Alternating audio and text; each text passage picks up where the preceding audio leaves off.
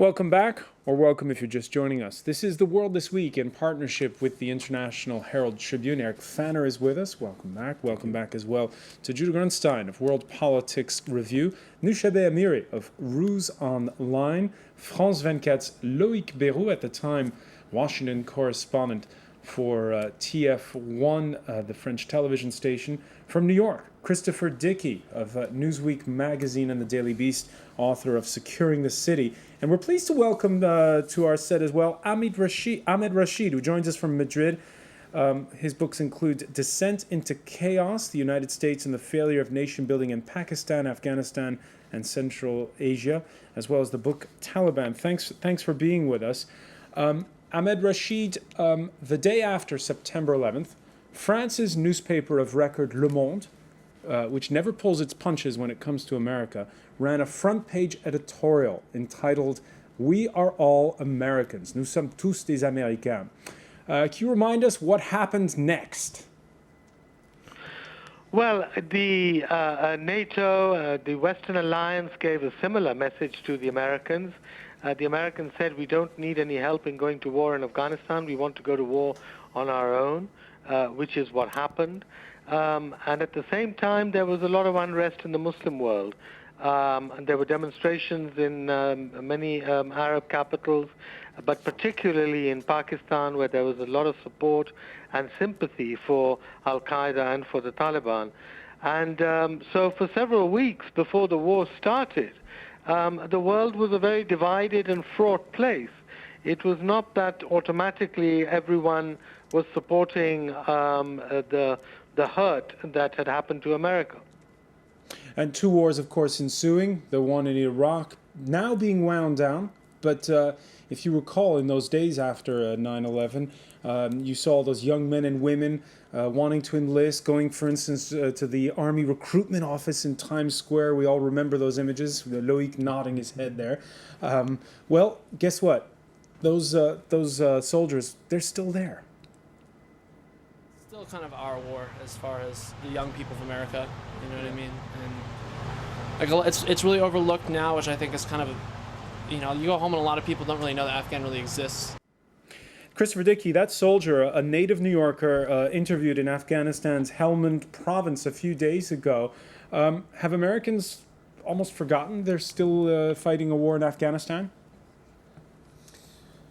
Well, I wouldn't say they've forgotten it, but they're not focused on it. They feel that the war is winding down there. They hope it is anyway. And they certainly think it's winding down in Iraq as far as they're concerned. These were not long wars. These were not planned as long wars by the American people. Nothing that the Bush administration told them suggested this was going to be a sort of endless combat in faraway lands against a relatively small number of people who were obviously much poorer than America was. And I don't think Americans have really understood for a long time why we have stayed and stayed and stayed in Iraq and in Afghanistan. Part of the problem, and maybe Ahmed would agree with this, maybe he wouldn't, but part of the problem in 2001 and 2002 was that the sense of hurt done to the United States was so enormous, and the initial war against the Taliban was so easy. It was over in a matter of weeks. They were out of power, they were gone, they were on the run, bin Laden was fleeing, and it just didn't seem to square with the amount of anger that existed in the United States. That's one reason that the Bush administration was able to go ahead a year and a half later and mount the whole campaign to go to war against Iraq, seen as a rather bigger country and portrayed as a more menacing country. The whole psychology of the U.S. logic of war at that time, now you look back on it and it looks silly, and you wonder why we've allowed it to continue for 10 years. But people are not forgetting that we're involved in these countries. I'd say rather they just would like to forget that we're involved. Judah Grunstein. Well, I'd just add to what Christopher said, not only were they not sold as or expected to be long wars, they've turned into exactly the kind of wars that George Bush, as a candidate, promised he would not engage in. I remember at one of the presidential debates, he said America would pursue under his administration a humble foreign policy and not engage in nation building.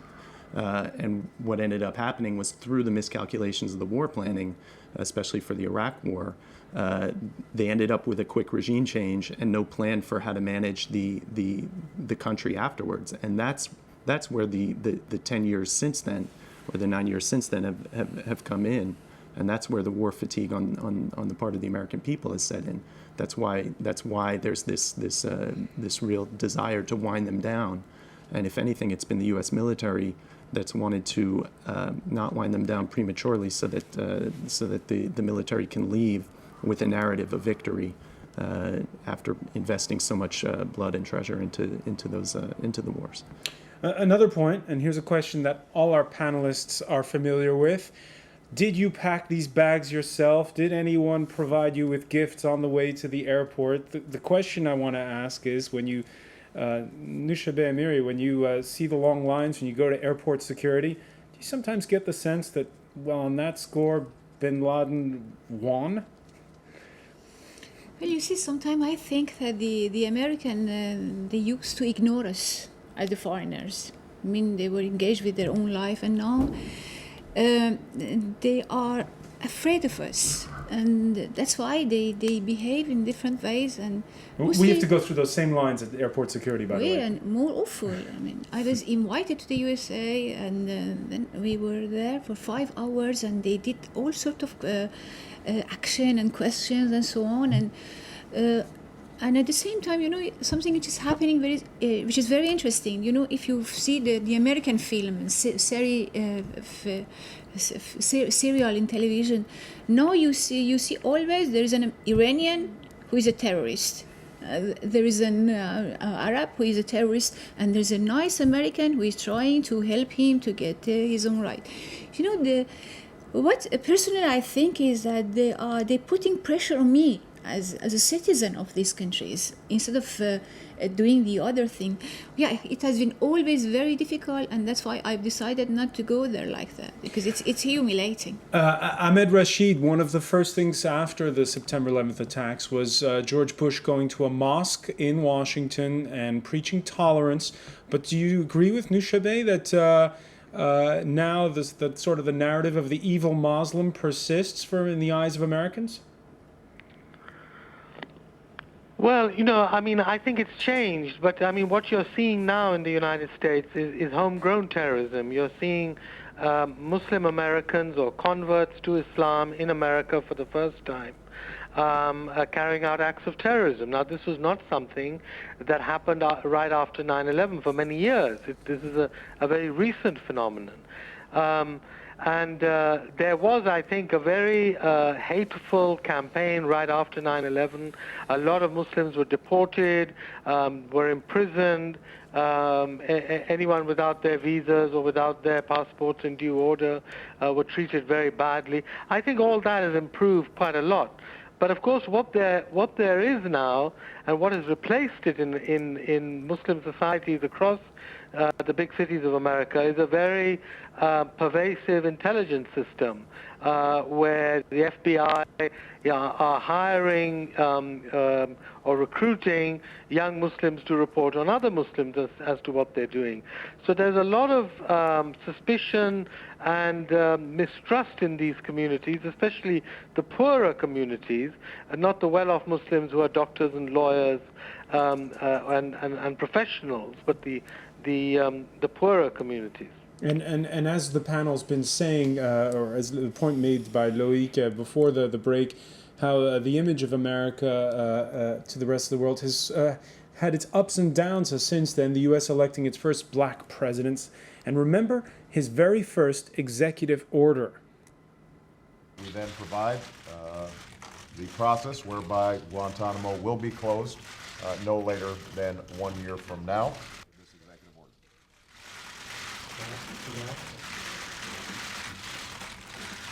There we go. Promise. Today, Guantanamo is still open for business. In our Wednesday Google Plus Hangout, here's what Paul from Hong Kong had to say about that unkept promise. My own personal feeling on Guantanamo is that I've always been an advocate for due process in any form. And the fact that these people are just, they're not going under a military tribunal, they're not going under a civil trial of any kind. It's just, at some point when this is all resolved, I don't know when that's going to be, this is going to be another black spot of history for America, just like the Japanese internment camps were for Japanese Americans in World War II. Eric Fanner, do you agree with that? Well, yeah, clearly Guantanamo and Abu Ghraib as well. I mean, the pictures coming out of there were devastating for the U.S. image. I mean, on top of what had already happened in Iraq. I think people throughout the world would have gone along with Afghanistan, but Iraq was devastating. Then you had that on top of it. And the problem was it spread the mistrust of America far beyond the Muslim world. I mean, if you look at the image of America over those years, the way it tracked in Europe was down in the single digits, right? And approval ratings. And Obama has brought some of that back, certainly across Europe, France and Germany and other places where mistrust was very high. It's improved back to sort of. But not in the Muslim world. It has stayed down even with Obama. There was a brief blip, but now it's back at the same levels it was in 2003, 2004, and that's the lasting legacy. I just want to really highlight something that you said to open in mentioning the Arab Spring and how much that changes the way in which we can assess 9/11 now on this anniversary as opposed to even a year ago. If you look at the strategic logic of Al-Qaeda and of Osama bin Laden, it was that for Muslims and for Arabs to overthrow Arab governments, they needed to first weaken the United States because the United States was the security backstop for those governments. And if you look at what's happening in the Arab Spring, even given all of the uncertainty that still exists, and even given the criticisms of whether the revolutions were just shifts in leadership figures. What's happened is that the center of gravity in Arab politics is now in Arab capitals. The United States is an observer. They control their own destiny. I saw it written that they've re-entered history in the sense that they are actors in their own story. But it's important because the United States is an observer, maybe an influential observer, but it's not. The United States is no longer the key actor in that story, and I think that changes a lot in terms of the Muslim world's relationship to the United States. Like Libya, for instance. Yeah. Ahmed Rashid, are you surprised that we're not hearing "Down with America" in any of these protests that are happening all across the Arab world? Well, I think the amazing thing is, as these speakers have said, that America doesn't appear in the Arab Spring, in that sense. What President Obama says or doesn't say has not been critical to some of these dictators being toppled by the crowds in the street or by young people. This is very much their own thing. And they're not, preoccupied with what the Americans are saying or doing. Now, of course, many Americans have read this to mean that, well, this is the end of American power, this is the end of American hegemony. But in a way, I mean, I see it that, these young people have come out after 30, 40 years of a single regime rule, and they are most concerned about themselves and their own countries, rather than what the international community is talking about. So this is a very big difference from what happened, say, during the Cold War or what happened immediately after 9/11. I think we're going to see more and more of this around the world. We're going to see countries doing things or people doing things where they will not be following any lead or really caring very much about what the Americans have to say. Loïc Béraud. Yeah, I will also mention or underline that the very cautious approach that the Obama administration had of the Libyan war also allowed Europe to play a bigger role, which is pretty amazing to see the French and the Brits actually leading a military operation with military American support, of course, but Europe has a bigger role to play, including in the Middle East peace process, maybe. All right, part of that multipolar world. I've got a question for Christopher Dickey in New York, which is, you remember before men landed on the moon, this was a huge deal. After it happened, not such a big deal. Osama bin Laden being killed. Is it going to be it seems as though right now it happened in the month of May, and it's almost an afterthought at this point, and we're only in September. Well, I think that's right. The news cycle moves so quickly these days that almost anything that happens seems to sort of disappear from the public consciousness very quickly. I mean, one of the things that's striking about 9/11 itself is how long the image of the towers coming down has stayed with us, and how striking an image that is. But once people understood that bin Laden was this little old man in his nasty little apartment in Pakistan, watching movies and hoping to overthrow governments around the world, they sort of put him into a realistic scale, I think, and he doesn't seem so important anymore as an individual. I think it would actually help if people began to understand that that's generally true of Al-Qaeda, that the greatest mistake that was made was to put Al-Qaeda on a par as a power with the United States or with Europe. It's always just been a collection, a relatively small collection of lunatics, espousing a radical ideology that very, very few people actually subscribe to. And I think one of the great mistakes of the last 10 years was to inflate its importance. So if people are forgetting Osama bin Laden, good. That's exactly what he deserves. By the way, Christopher Dickey, somebody's been reading your prose. You penned an article at the start of the week warning that the next 9/11 is going to be natural disasters. Well, in a summer where the U.S. has been hit by hurricanes, floods, and earthquakes, the Atlantic Journal-Constitution's Mike Lukovich depicts a White House briefing where you see the general saying, "We're searching for Mother Nature in Pakistan" to President Obama. We're almost out of time. Judah Grunstein, what's the next 9/11 in your view? I didn't even want to weigh in on that. I think that the essence of 9/11 was the fact that it was something that no one imagined was possible, and it played out on the television screens and in New York for New Yorkers in front of them. And I don't think that we're capable really of imagining the next 9/11 or the next Berlin Wall for that matter.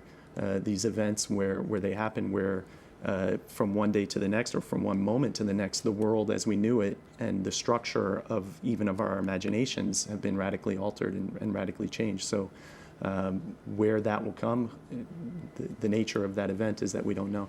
Brooklyn-born Judah Grunstein, thanks for being with us. I want to thank Loic Béot, Noushadeh Amiri, Eric Fanner, Christopher Dickey for joining us from New York, and Ahmed Rashid for joining us from Madrid here in the world this week.